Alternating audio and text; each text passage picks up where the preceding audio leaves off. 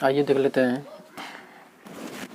Bihar board subject math class 8 का chapter 1 के बारे में पढ़ लेते हैं। कुछ इसके मुख्य कुछ बातें हैं, जैसे परिमेय संख्या किसे कहते हैं, पूर्ण संख्या किसे कहते हैं, इस सब के बारे में थोड़ा देख लेते हैं यहाँ पर।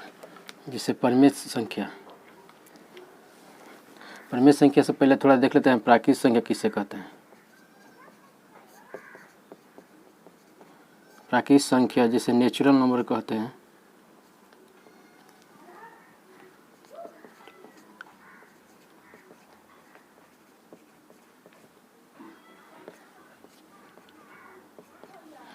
प्राकृत संख्या नेचुरल नंबर जिसे n से डिनोट करते हैं।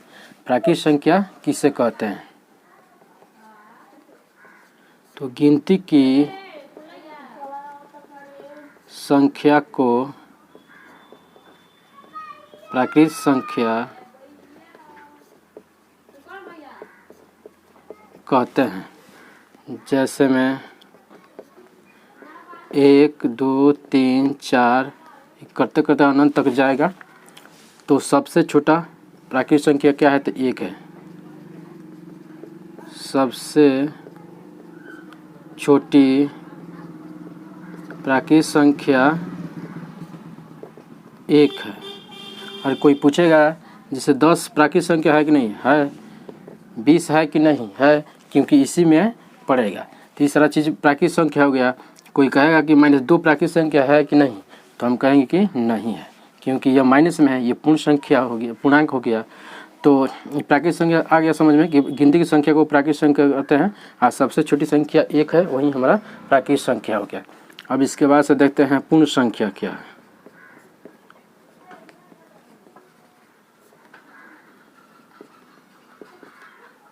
पूर्ण संख्या होल नंबर, इसे W से सूचित करते हैं। पूर्ण संख्या किसे कहते हैं, तो गिनती की संख्या में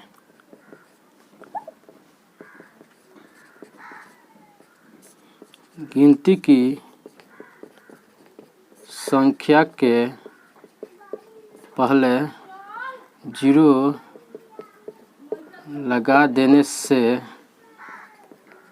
यह पूर्ण संख्या बन जाती है। जैसे 1 2 3 4 अनंत तक हो गया, तो इसके पहले हम 0 लगा दिए थे, पूरा हमारा पूर्ण संख्या हो गया। तो सबसे छोटा पूर्ण संख्या क्या है, तो 1 है।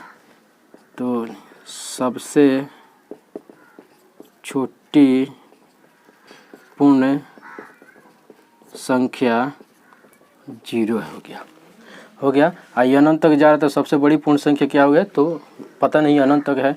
तो चलिए अब देख लेते हैं।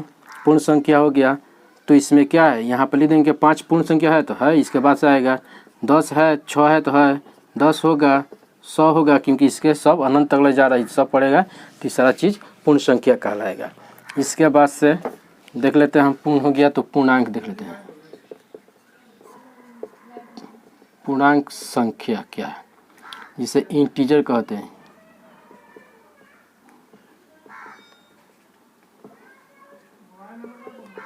इंटीजर्स जिसे i से हम सूचित करते हैं। पूर्णांक क्या था, पूर्णांक का अर्थ हो जाए पूर्ण जोड़ अंक। पूर्णांक होता है कि वैसी संख्या जो पूरा हो, या धनात्मक हो या ऋणात्मक हो, वैसी संख्या जो धनात्मक हो या ऋणात्मक हो, लेकिन पूरा हो, उसे पूर्णांक कहते हैं। जैसे देखिए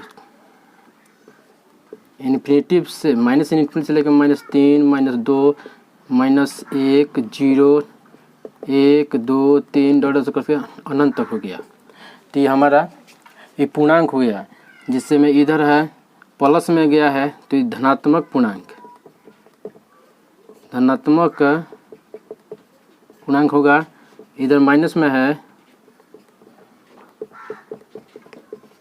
तो ऋणात्मक पूर्णांक होगा, और 0 न तो धनात्मक न ही ऋणात्मक है।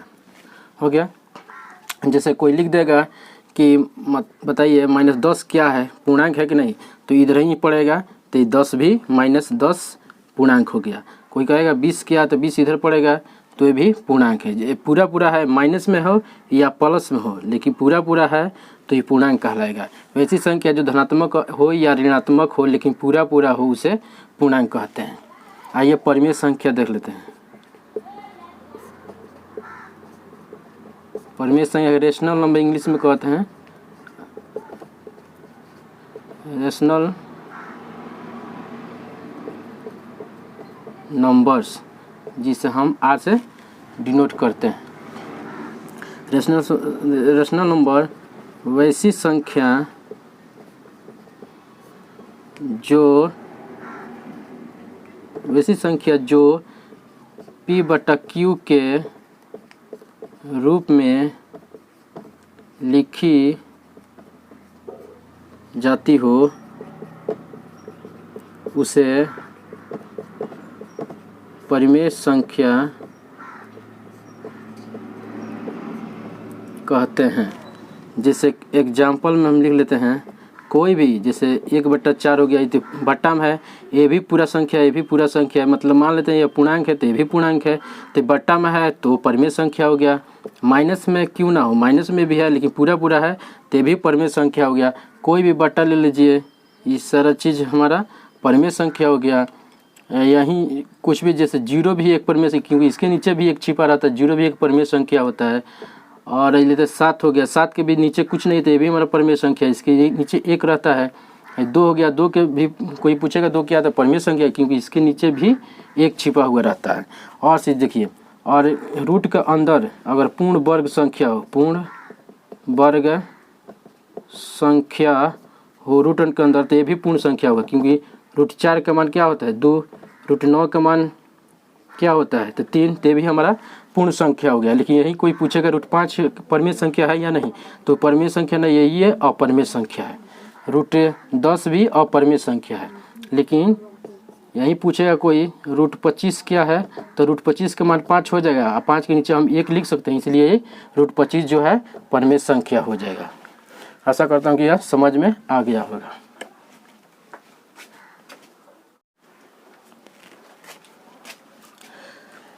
आज क्लास 8 सब्जेक्ट मैथ है, चैप्टर 1 परिमेय संख्या। परिमेय संख्या के बारे में कुछ लिखा हुआ चैप्टर 1 में, जैसे संख्याओं के गुणधर्म के बारे में देख लेते हैं। इसके संख्याओं के गुणधर्म क्या होता है, तो संख्याओं के गुणधर्म 3 प्रकार के होता है। जैसे पहला में लिखते हैं, पहला में है आपका संवरक, संवृत्त या संवरक नियम, जिसे इंग्लिश में क्लोजर लॉ कहते हैं, इंग्लिश में क्लोजर लॉ कहते हैं। दूसरा है क्रम विनिमयता नियम, जिसे इंग्लिश में कम्यूटेटिव लॉ कहते हैं। और तीसरा है आपका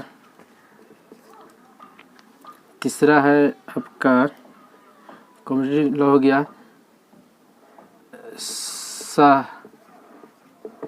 सहचार्यता या सहचारिता नियम, जिसे इंग्लिश में एसोसिएटिव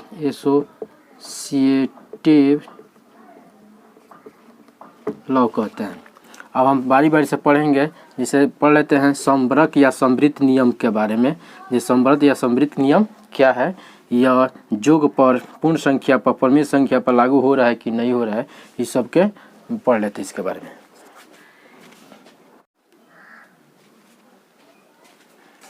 आइए देख लेते हैं संवरक या संवृत्त नियम, क्लोजर लॉ के बारे में पर सब पढ़ लेते हैं। जे पूर्ण संख्या जो है जोग के अंतर्गत समृद्ध है या नहीं। इसके बारे में देख लेते हैं। जैसे दो पूर्ण संख्या लेते हैं, इसमें से कोई भी दो संख्या लेते हैं। जैसे हम 4 ले लिए, जैसे 4 ले लिए, 6 ले लिए, ये भी पूर्ण संख्या है, ये भी पूर्ण संख्या है। और दो पूर्ण संख्या को जोड़ेंगे तो तीसरा जो है वो भी पूर्ण संख्या है। 6 4 मिलकर 10 हो गया, तो ये भी हमारा पूर्ण संख्या है। कोई भी ले लेते हैं, जिस जोड़ना है हमको दो पूर्ण संख्या, जैसे 0 ले लेते हैं और 3 ले लेते हैं, तो ये भी पूर्ण संख्या, ये भी पूर्ण संख्या। और दोनों को जोड़ेंगे तो 3 आ गया, 0 3 3 हो गया, तो इसको जोड़ेंगे तो क्या ये भी पूर्ण संख्या है। अर्थात दो को से मालूम चल गया कि जैसे एक और ले लेते हैं, जैसे 1 में हम 0 जोड़ेंगे तो भी 1 हो जाएगा, तो ये भी पूर्ण संख्या, ये भी पूर्ण संख्या, ये भी पूर्ण संख्या, यानी कि दो पूर्ण संख्या को जोड़ने पर तीसरा पूर्ण संख्या प्राप्त होता है। तो हम कह सकते हैं कि पूर्ण संख्या जो है योग के अंतर्गत समृद्ध है। यहीं पे लिखेंगे अतः पूर्ण संख्या योग के अंतर्गत समृद्ध है। इसका व्यापक रूप देखना है तो व्यापक रूप हो जाएगा a प्लस b सदैव एक पूर्ण संख्या होगा। हो गया, योग के अंतर्गत हो गया। आ जाएगा समय। अब देखते हैं व्याकलन। व्याकलन को हम कहते हैं घटाव। घटाव को मतलब इंग्लिश में इसे सबट्रैक्शन कहते हैं। सबट्रैक्शन हो गया, सबट्रैक्शन हो गया व्याकलन। इसे पूर्ण संख्या 2 ले लेते हैं, इसमें से कोई भी पूर्ण संख्या 2 ले लेते हैं। जैसे चलते हैं, चलिए 6 में से 6 भी पूर्ण संख्या, 4 भी पूर्ण संख्या। 6 में से 6 में से हम 4 घटा देंगे, 2 बचा, तो ये भी हमारा पूर्ण संख्या हो गया। लेकिन यहीं हम इधर 5 इधर 7 ले लेते हैं, तो ये भी पूर्ण संख्या, ये भी पूर्ण संख्या, लेकिन घटाव है व्याकरण, तो घटाव हो गया। तो 7 में से 5 गया तो 2 बचा, लेकिन इसके पहले माइनस है तो माइनस हो गया। लेकिन ये हमारा पूर्ण संख्या नहीं है, ये हमारा 2 जो पूर्णांक संख्या है। और तो मालूम चलेगा कि कभी प्लस कभी माइनस आ रहा है, यानी कि कब प्लस कभी माइनस है तो इसका मतलब प्लस में होता तो पूर्ण संख्या हो जाता, लेकिन माइनस में है तो नहीं होगा। अतः हम कह सकते हैं अतः पूर्ण संख्या व्याकलन के अंतर्गत समृद्ध नहीं है। हो गया। अच्छा, तीसरा नंबर देख लेते हैं। गुणन में, गुणन जैसे 2 पूर्ण संख्या ले लेते हैं, जैसे 6 और 2, ये भी पूर्ण संख्या, भी पूर्ण संख्या। जब दोनों को आपस में गुना करते हैं तो 12 हो गया, ये भी पूर्ण संख्या हो गया। और 1 यहाँ पर ले लेते हैं हम, 1 में 0 से गुना करते हैं, ये भी पूर्ण संख्या, ये भी पूर्ण संख्या है।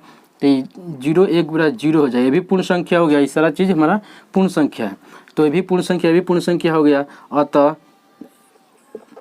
हम कह सकते हैं कि पूर्ण संख्या गुणन के अंतर्गत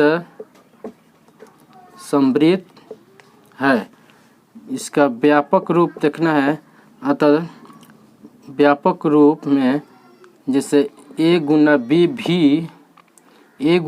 भी सदैव एक पूर्ण संख्या होगा।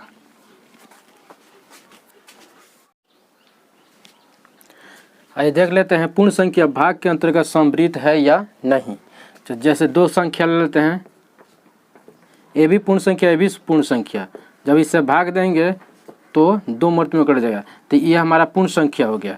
लेकिन इसी को पलट देते हैं तो ये भी पूर्ण संख्या, ये भी पूर्ण संख्या, लेकिन इससे भाग नहीं लगेगा, इससे छोटा है ये तो नहीं लगेगा, तो इसके नीचे 1 दे देते हैं, तो ये 3 हो गया।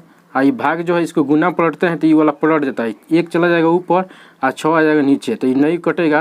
तो इसके नीचे 3 के नीचे कुछ नहीं तो 1 है, इसे कटा देंगे तो 2 मरते 3 दूना 6 हो जाएगा। तो इसका 1/2 हो गया, 1/2 हो गया। तो ये हमारा पूर्ण संख्या नहीं है, पूरा नहीं बट्टा के रूप में हो गया, यानी परमेय संख्या हो गया। इसलिए जब ये बट्टा के रूप में आ गया, परमेय संख्या हो गया, पूर्ण संख्या नहीं रहा, तो हम कह सकते हैं अतः हम कह सकते हैं कि पूर्ण संख्या जो है, पूर्ण संख्या भाग के अंतर्गत समृद्ध नहीं है। हो गया। अब हम आते हैं, पूर्ण संख्या हो गया तो पूर्णांक पर देख लेते हैं। पूर्णांक संख्या जो है, पूर्णांक संख्या देखो, पूर्णांक तो हम जानते करते हैं पूर्णांक क्या होता है, -इन्फिनिटी से लेकर -3, -2, -1, 0, 1, 2, 3 डॉट प्लस इन्फिनिटी तक जाएगा। तो ये हमारा पूर्णांक हो गया।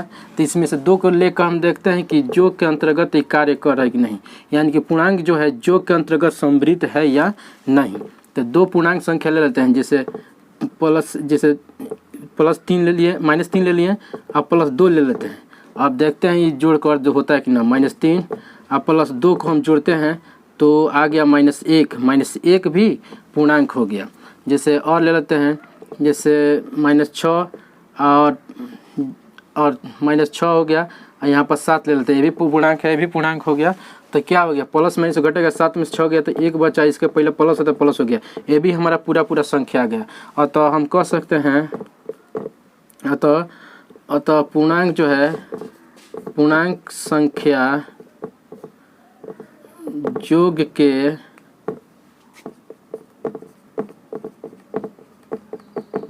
अंतर्गत समृद्ध है।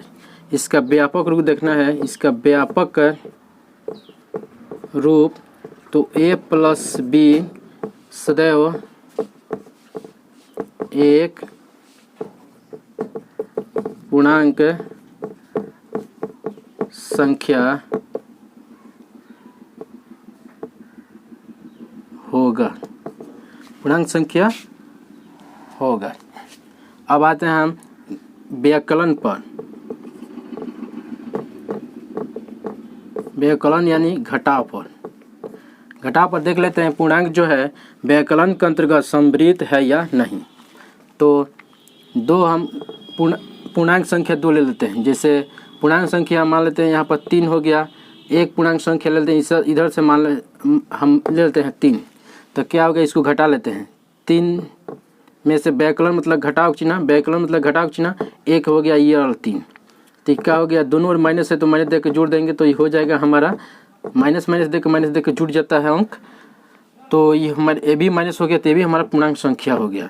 और ले लेते हैं, जैसे प्लस में 7 घटा हो गया, ये हमारा 6 ले लेते हैं। ये भी पूर्णांक है, पूरा संख्या है, ये भी पूर्णांक पूरा संख्या है। तो 7 में से 6 गया तो 1 बचा, ये भी हमारा पूर्णांक हो गया, यानी कि ये भी पूरा संख्या हो गया। यानी कि कोई भी छोटा सा इधर लेते हैं, इधर ही बड़ा अंक ले लेते हैं। चलिए ये बड़ा अंक हो गया, ये छोटा अंक है, ये भी पूर्णांक, ये भी पूर्णांक हो गया। 7 में से 5 गया तो 2 बचा, इसके पहले माइनस है तो माइनस हो गया। तो ये भी पूरा है, लेकिन माइनस में तो क्या होगा, पूरा है तो पूर्णांक है। अतः हम कह सकते हैं,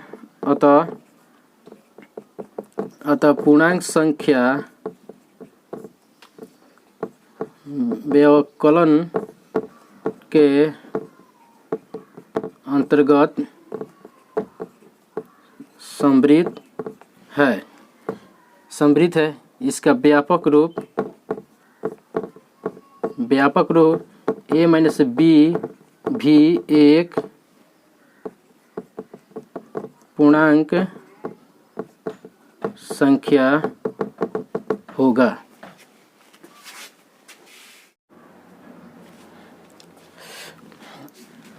आइए देख लेते हैं, जो पूर्णांक जो है गुणन के अंतर्गत समृद्ध नियम का पालन करता है या नहीं कर रहा है।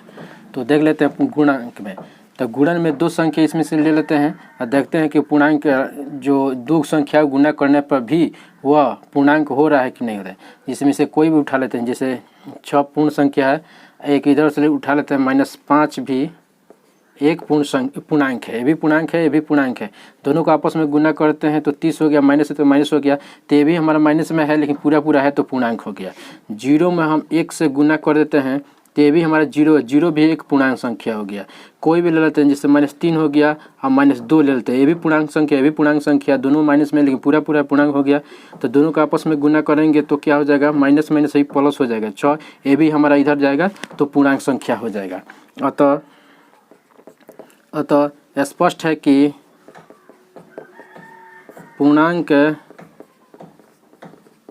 संख्याएं गुणन के लिए, चाहे गुणन के अंतर्गत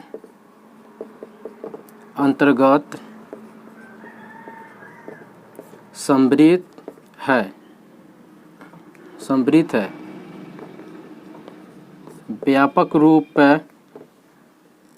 व्यापक रूप इसका हो जाएगा A गुना B भी एक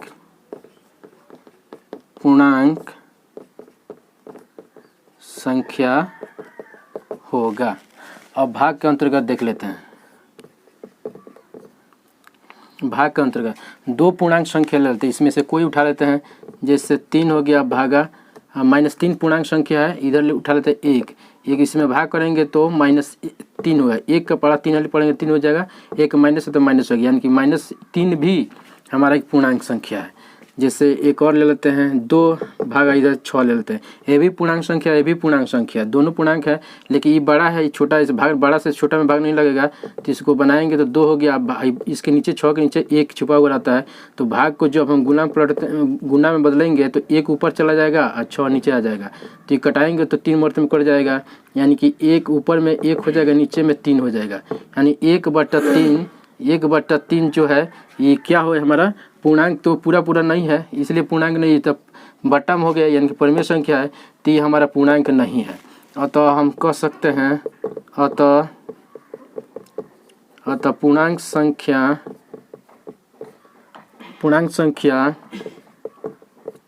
भाग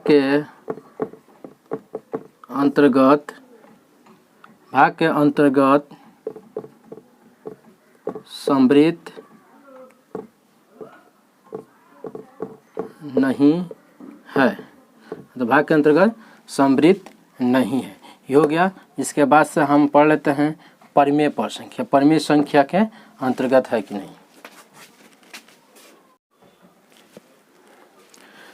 आइए अब देख लेते हैं संबरक नियम, परिमेय संख्या जोग के अंतर्गत समृद्ध है या नहीं, इसके बारे में देख लेते हैं। तो आइए देख लेते हैं, 2 परिमेय संख्या लेते हैं। परिमेय संख्या किसे कहते हैं, जो P/Q के रूप में रहता है उसे परिमेय संख्या कहते हैं। जैसे बाटा के रूप में है, ऊपर वाला मान लेते हैं P और नीचे वाला मान लेते हैं Q हो गया, तो P/Q के रूप में है तो परिमेय संख्या होगा, ये सब बाटा के रूप में है तो परिमेय संख्या होगा। इसमें से कोई भी 2 को उठा के देखते हैं जोड़कर कि जोग के अंतर्गत परिमेय संख्या जोग के अंतर्गत समृद्ध है या नहीं।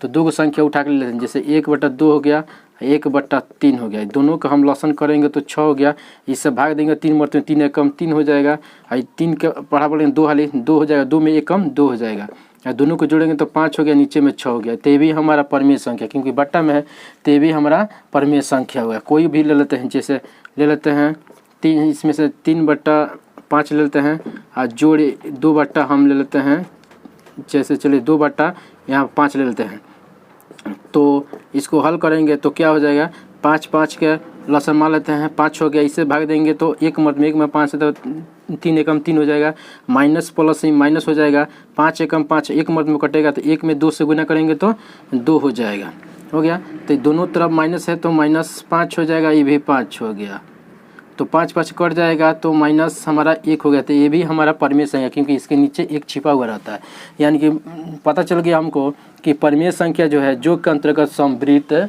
है। अतः लिख सकते हैं कि अतः परिमेय संख्या जोग के अंतर्गत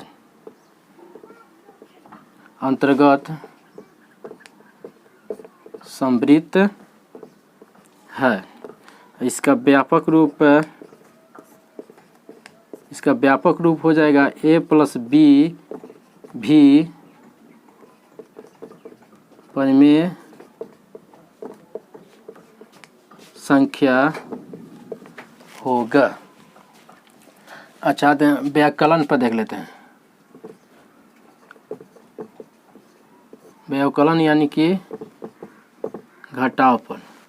तो दो परिमेय संख्या ले लेते हैं, जैसे 1/2 हो गया माइनस 1/4 हम 4 ले लेते हैं। व्याकलन है तो इसलिए घटाव चिन्ह, इसमें दोनों को हल कर देंगे तो ये हो गया 4 हमारा लॉसन 2 का पड़ा 2 हाली पढ़ेंगे तो हो जाएगा 4 और 2 में 1 कम से 2 में 1 से गुना 2 हो जाएगा और 4 4 1 मत में कटे जाएगा तो 1 में 1 से गुना 1 हो जाएगा। तो हो जाएगा 2 में से 1 गया तो 1/4 ये भी हमारा बटा के रूप में आ गया तो परिमेय संख्या हो गया। या कोई भी हम ले लेते हैं, जैसे 1/4 हो गया, इधर 1 हम ले लेते हैं 6 हो गया, घटा हो गया, दोनों का लॉसन हो गया 12, इससे भाग देंगे 3 मत में, 3 में 3 से तो 9 हो जाएगा, -1 तो माइनस हो जाएगा, माइनस है तो माइनस हो जाएगा, इससे पढ़ेंगे 2 मत में और 2 एकम 2 हो जाएगा, दोनों तरफ माइनस है तो माइनस देकर जुड़ जाएगा। आई हमारा हो गया, ये भी बटा के रूप में आ गया तो ये भी हम कहेंगे कि परिमेय संख्या है। अतः परिमेय संख्या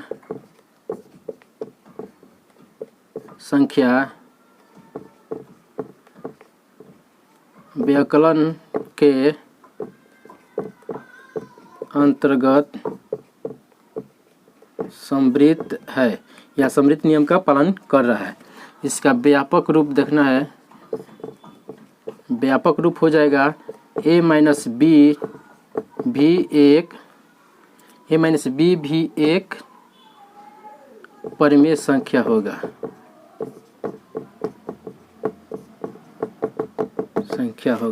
अब आते हैं गुणन पर।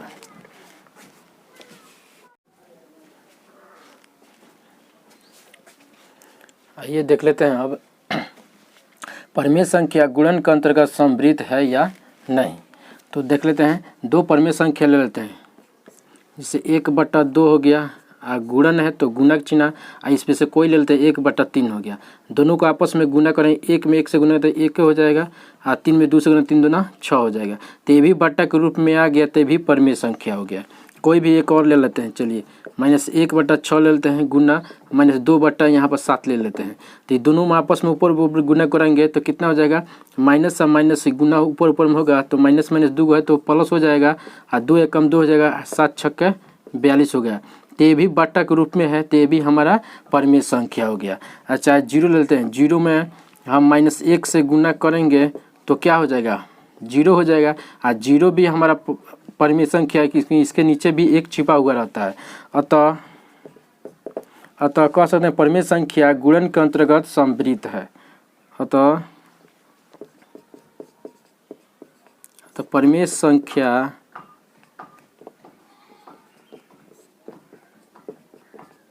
गुणन के अंतर्गत समृद्ध है।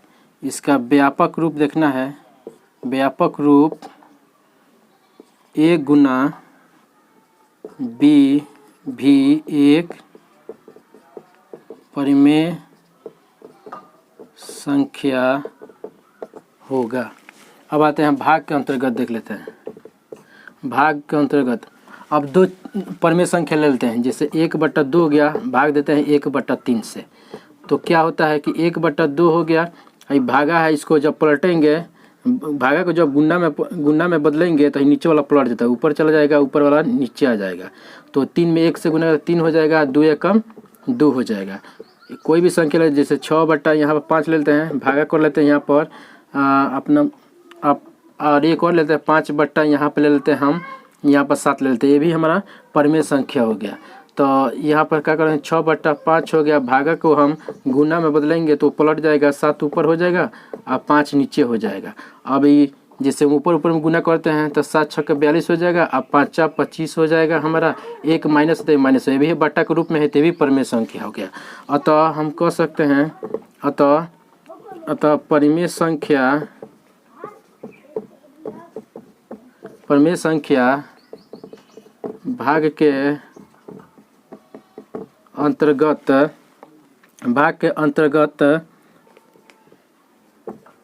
समृद्ध है। इसका व्यापक रूप हो जाएगा A भागा B भी एक परिमेय संख्या होगा।